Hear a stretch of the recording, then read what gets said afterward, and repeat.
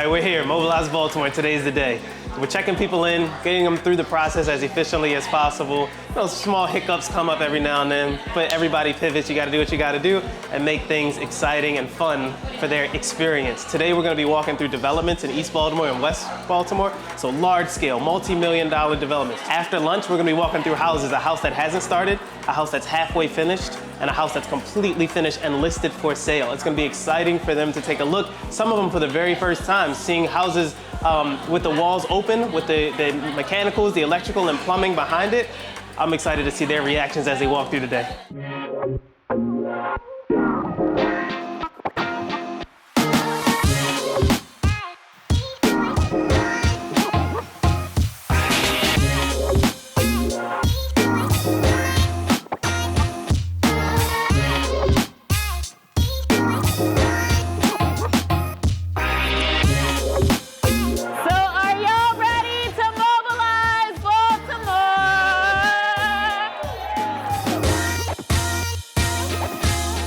Yeah, so we're here at our first stop, the Baltimore Pump House, and we have a special guest to help talk about the Baltimore Pump House, the Executive Director of American Communities Trust, China Book-Terrell. I'm so excited to have you here, but I'm not just excited to have you here, I'm excited to have you thinking about Baltimore, have you thinking about Baltimore for investment. So our goal is to build the market value in the community that you need so that when you come in and invest, you're working with something. But it's not just you as a developer, because that is not my end game. Sorry, folks. It doesn't matter to me if developers make more money.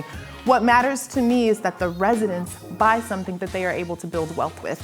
Because so often in our communities, we put so much affordable housing, we put so many programs and services, but that doesn't help anybody's market value go up.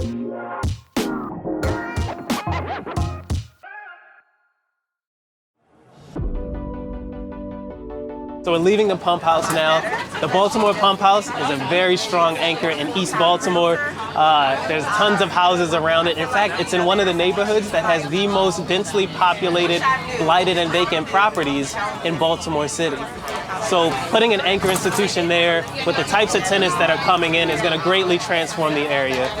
We're excited to see China continue to do amazing work in the area, as well as the other developers doing great work in that neighborhood.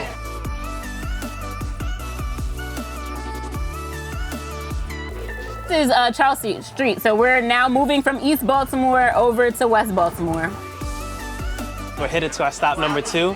Excited to see the Image Center, which is going to be fantastic. It's a new anchor institution in the West Baltimore area. They got manufacturing for local folks who can learn how to manufacture clothing and different products at scale and be as efficient as possible, teaching skills, job training, providing opportunities for business and entrepreneurship. The Image Center is definitely one of those anchor institutions that are going to take Baltimore City to the next level.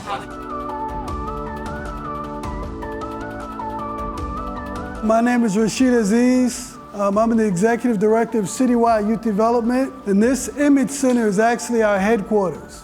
The mission of Citywide Youth Development is to provide solutions for crime and poverty through utilizing the tools of manufacturing entrepreneurship. So as you go through this building, you'll see how we utilize and we build community through these particular efforts. So we are just wrapping up our second stop of the day with the Image Center, which is so powerful to be in one of the largest, or is the largest Black-owned manufacturing space in the state of Maryland. It's so fun for me to watch everyone get confirmation and hear the things that we say all the time and be able to touch it, feel it, see it right here in Baltimore City, all the work that's happening and being done everywhere, but particularly here as we stand in West Baltimore.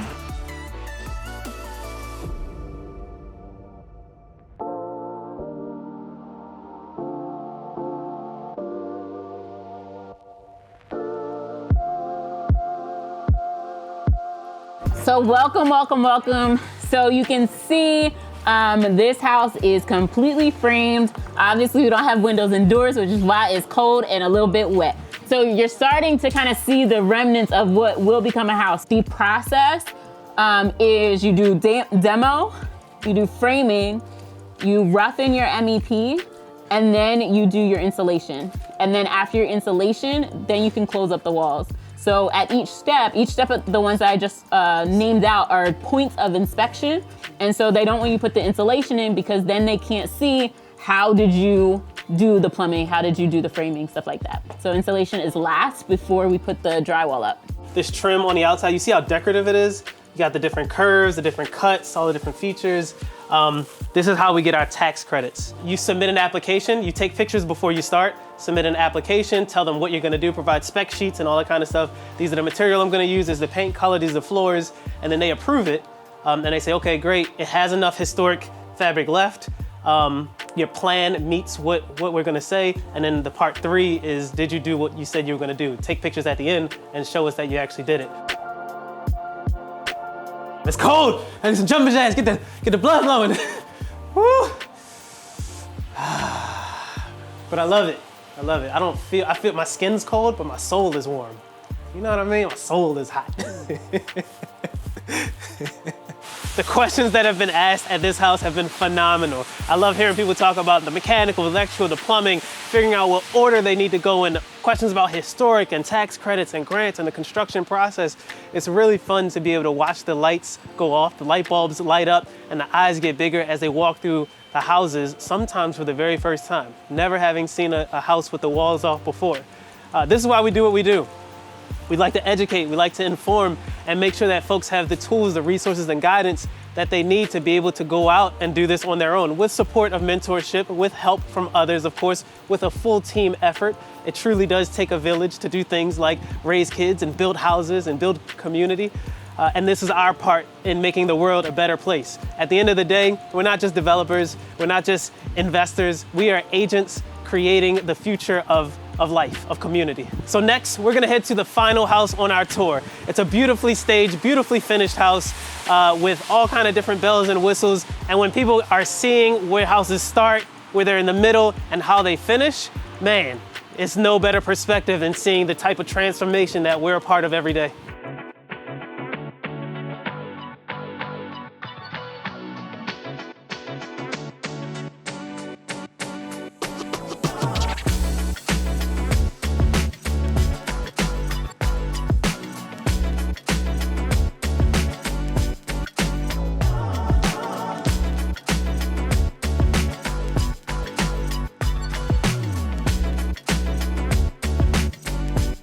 So it's really great to be able to show the different phases of the property. So before it's renovated at all, when it's framed up and almost ready to close up the walls, to a finished house, to really show and display the cycle of the investment and development process. What's really cool about this house is that we had some folks walk through it a few months ago when it was just framed. So really giving that full vision of what the transformation really looks like and what it's all about. So this house is a great end to the day where you see how we turn this vacant house into a true home and be able to really touch it, feel it, see it when it comes to what we're able to create when you see and have a vision and you stick with it and follow it all the way through. So excited to end the residential portion of the day here with this beautiful finished 3-bedroom, 3.5 home with all the staging and everything so folks can really see, you know, what it would look and feel like to live here. The beds, I hope nobody touched the beds. They're air mattresses. I knew somebody would. Yeah, somebody would. Come on now. So what happened, so Next Gen VIP, we were, okay, we're all gonna invest in the same neighborhood together. But then COVID happened and things were shifting really quickly and was like, all right, let's pivot and let's kind of fast track a little bit and collaborate and do a deal together. Close, absolutely right.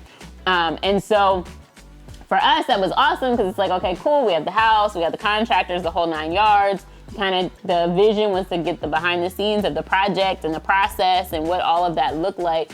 And for us to pilot doing a deal all together. And so this really becomes part of the conversation that Quill's been having a lot. And I'm kind of hinted to it when we're on the bus about kind of that collaboration. What does that look like consistently and long term?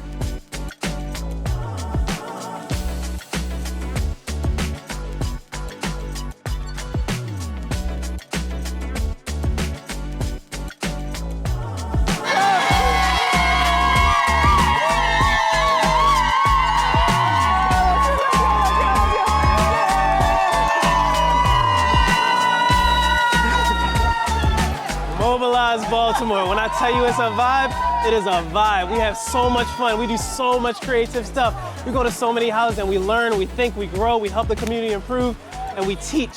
We teach so that folks can go out there and do what they need to do to continue improving the community, but also build wealth. You gotta be at the next one, and we look forward to seeing you there.